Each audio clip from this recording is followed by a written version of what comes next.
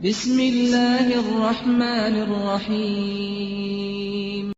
Seolah-olah agama Islam tidak berbicara kebahagiaan. Seolah-olah Nabi SAW tidak mengajarkan bagaimana cara menjadi orang yang bahagia. Fala haula wala quwata illa billah. Kalau ini sudah tertutup mata seorang muslim dan seorang muslimah dan tidak mencarinya dari Al-Quran, maka iblis siapkan jalan. Iblis siapkan jebakan. Kebenaran, kebaikan, kalau tidak kita kembalikan kepada ayat-ayat Allah dan hadis-hadis Rasulullah SAW untuk menimba darinya, bahaya besar terjadi. Iblis mempersiapkan jalan untuk kita masuk ke jalan itu dan masuk ke jalan yang keliru daripada syariat Allah Subhanahu wa taala. Tadi pagi kita sudah membacakan ayat Al-Qur'an di dalam surah Al-An'am.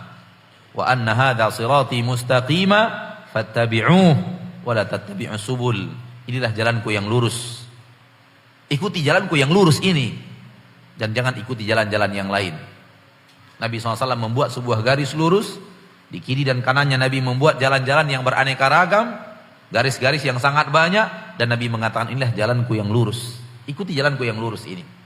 Adapun jalan-jalan yang banyak di kiri dan kanan jalan ini, tidak ada satu jalan pun, melainkan ada syaitan yang mengajak manusia untuk masuk ke dalam jalan itu dan keluar dari jalan yang lurus.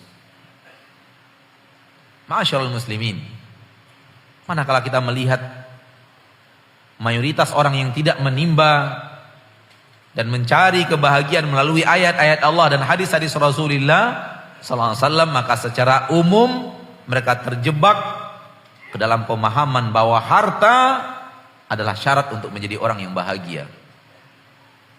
Bahwa kebahagiaan baru ada ketika orang telah memiliki harta. Ketika dia telah memiliki harta yang menumpuk, harta yang banyak, ketika dia tidak lagi mengenal kata kurang. Ketika apa yang dia mau beli, dia bisa beli dengan hartanya. Ketika apa yang mau dia bangun, dia bisa bangun dengan hartanya. Ketika dia ingin berangkat pergi ke suatu negeri, dia bisa pergi kemanapun dengan biaya yang ada. Manusia mengira bahwa itulah yang akan memberikan kebahagiaan. Dan tidak sedikit manusia-manusia yang terjerat kepada jalan ini. Yang iblis dan bala tentaranya menjanjikan kebahagiaan ada di balik harta semata. Yang tidak mendapatkan harta tidak akan pernah bahagia. Kalau ini sudah tertanam di dalam hatinya, kalau ini sudah tertanam di dalam jiwanya, yang akan terjadi adalah hidupnya hanya untuk harta. Karena dia yakin di balik harta itu ada kebahagiaan, dan kebahagiaan sesuatu yang dia kejar. Kebahagiaan adalah sesuatu yang dia idam-idamkan. Dan iblis, syaitan dan bala tentaranya membuainya dengan prinsip tak mungkin orang bahagia sampai orang memiliki harta yang berlebih, harta yang cukup, harta yang memadai, sehingga akhirnya hidupnya untuk itu. Di balik keinginannya untuk mengejar kebahagiaan yang ada di balik harta itu, akhirnya banyak manusia hidup demi harta.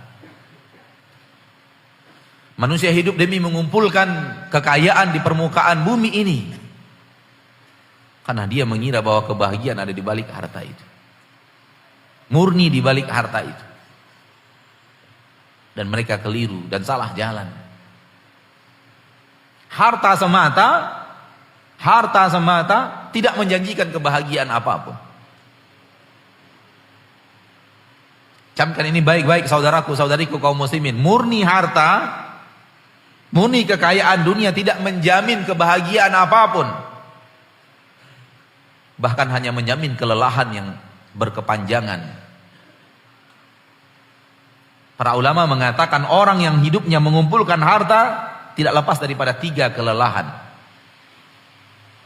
Kelelahan pertama, kelelahan menginginkannya, mengidam-ngidamkannya.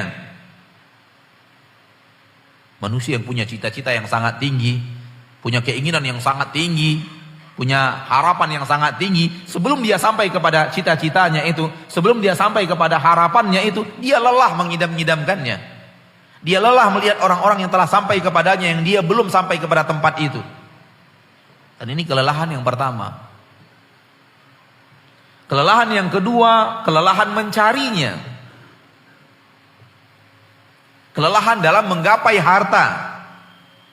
Apakah harta akan didapatkan oleh manusia dengan sangat mudah? Tidak. Apakah manusia akan mendapatkan harta dan cita-citanya untuk menumpuk harta tanpa usaha dan kerja keras, tanpa banyak rintangan-rintangan yang menghadang? Tidak mungkin. Manakala kita melihat orang yang memiliki harta yang besar, fahamilah dia menghadapi rintangan yang sangat besar dalam hidupnya.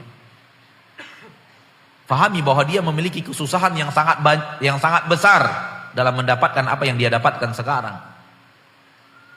Kesalahan kita melihat orang yang memiliki harta yang banyak tanpa kita pikirkan bahwa dia adalah orang yang lelah mengejar harta itu. Sehingga terbayang kenikmatan banyak di dunia tanpa lelah mencarinya. Dan sungguh orang-orang yang memiliki harta telah berkata kepada kita, kelelahan mencari harta itu jauh lebih berat daripada kenikmatan menikmatinya. Dan ini saksi dari mereka-mereka yang telah sampai kepada harta yang melimpah. Beratnya mencari harta itu tidak sebanding dengan nikmat menikmati harta itu. Ketika kita membayangkannya tanpa mengetahui kelelahan dan kesulitan mencarinya, kita merasakan alangkah nikmatnya kalau kita berada di sana. Tapi andai kita merasakan lelahnya hidup, andai kita merasakan susahnya mengumpulkan harta itu, kita akan memiliki pandangan yang berbeda. Yang ketiga, kelelahan orang yang mengejar harta adalah lelah menjaga harta itu. Jadi manusia ditimpa oleh kelelahan demi kelelahan demi kelelahan kalau hidupnya untuk mengejar harta. Membayang-bayangkannya, mencita-citakannya sudah capek, mengejarnya juga demikian.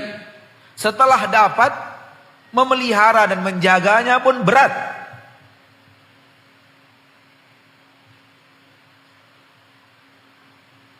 Sehingga dia butuh ini, butuh itu, butuh pengamanan, butuh ini. Keluar dia takut. Kenapa orang kaya mau beli senjata yang harganya ratusan juta dan pajaknya per tahun puluhan juta? Karena dia lelah menjaga hartanya. Kemanapun dia pergi, dia merasa akan ada orang yang mengikutinya, lalu ingin mengambil harta itu darinya. Kenapa orang membutuhkan pengawalan? Karena kelelahan menjaga harta itu. Akankah orang yang selalu takut, selalu was-was, ini orang yang bisa mendapatkan kenikmatan dan kebahagiaan hidup di permukaan bumi? Mana orang yang bisa menikmati hidup dan kenikmatan di permukaan bumi dan kebahagiaan di permukaan bumi? Orang yang dihantui oleh ketakutan sehingga harus kemana-mana harus dikawal, kemana-mana harus membawa alat yang dengannya dia bisa membela diri, atau orang yang merasakan keamanan. Kemana-mana tidak butuh pengawal, kemana-mana tidak butuh alat dengannya dia bisa mempertahankan diri, karena dia tidak takut akan kezoliman manusia atas dirinya. Di negeri kami atau di negeri antum juga mungkin akan antum temukan kejadian adanya orang kaya yang kemudian di tengah jalan dihadang, kemudian dibunuh, diambil hartanya. Tahu kenapa pembunuh itu datang kepadanya? Jawabannya hanya karena dia orang kaya. Karena dia orang yang memiliki harta. Kalau bukan karena dia kaya raya dan tidak memiliki harta, orang tidak akan datang kepadanya dan memburunya. Justru pembunuhan yang terjadi padanya disebabkan dia kaya, disebabkan dia memiliki harta itu. Oleh karena itu Islam tidak pernah menjanjikan kekayaan di balik harta. Walaupun Islam tidak pernah bertentangan dengan harta.